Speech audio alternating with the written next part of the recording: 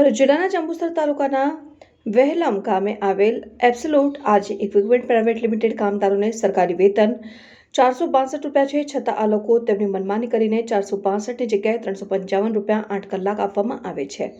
તો આ વાત આજરોજ કામદાર એકતા સંગઠનની ટીમને જાણ કરતા કામદાર એકતા સંગઠનની તમામ ટીમ હાજર રહીને તમામ કાયદાઓને હકનું વેતન અપાવવા આગળ આવ્યું। પાટવી ગુજરાતી ન્યૂઝ સહતંત્રી મનુભાઈ ગોહિલ કહાનવા। નમસ્કાર।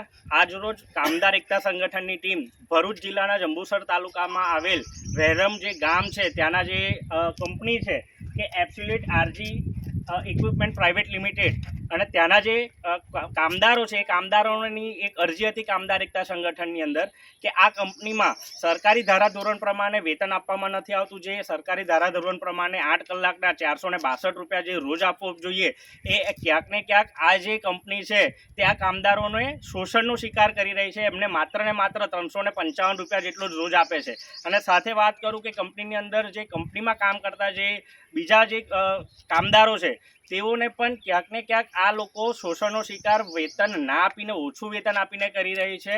અને મૂળ વાત કરીએ કે જ્યારે આ કંપનીની અંદર બે મહિલા કામદાર હોય ત્યારે આ લોકોને પણ માત્ર 300 રૂપિયા જેટલો પગાર આપીને એ લોકોને એવું કહેવામાં આવે છે કે કોઈ પણ સરકારી અધિકારી કાં તો કોઈ પણ અહીંયા તમને પૂછવામાં આવે તો એમને જે 462 રૂપિયા રેટ આપે છે એવું જણાવજો।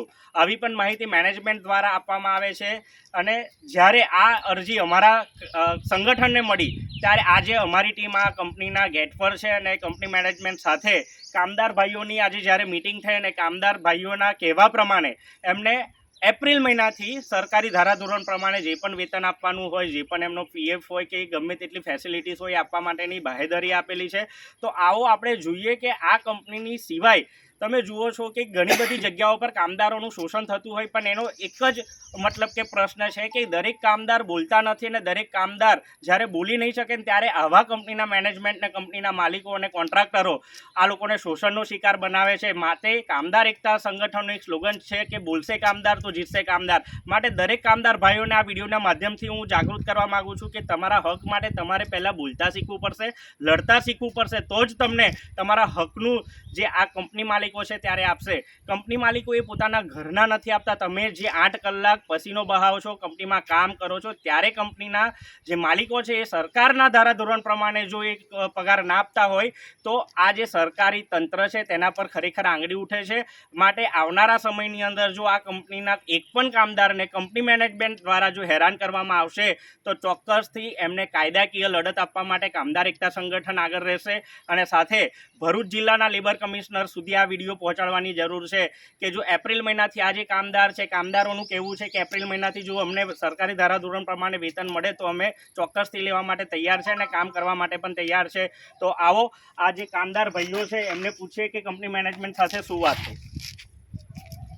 થઈ એટલે જે અમે અધિકાર જે માગ્યા હતા અમે કંપનીના માલિક સાથે જે કંઈ અમારી માંગણી હતી એ સાહેબે સ્વીકારી છે, પરંતુ એમને લેખિતને આપવાનું કીધું છે પણ એ હજુ આપ્યું નથી। અમે હજુ ફરી જવા અત્યારે તમને કેટલો પગાર આપે છે કામદારોને? 355 રૂપિયા જે સપોર્ટ સ્ટાફ છે। અને કેટલા વર્ષથી કામ કરો છો તમે? મારા તો 1.5-2 વર્ષ થવા આવ્યું। હું કંપની એમ્પ્લોયમાં છું અને બીજા જે કોન્ટ્રાક્ટ બેઝિસ પર છે।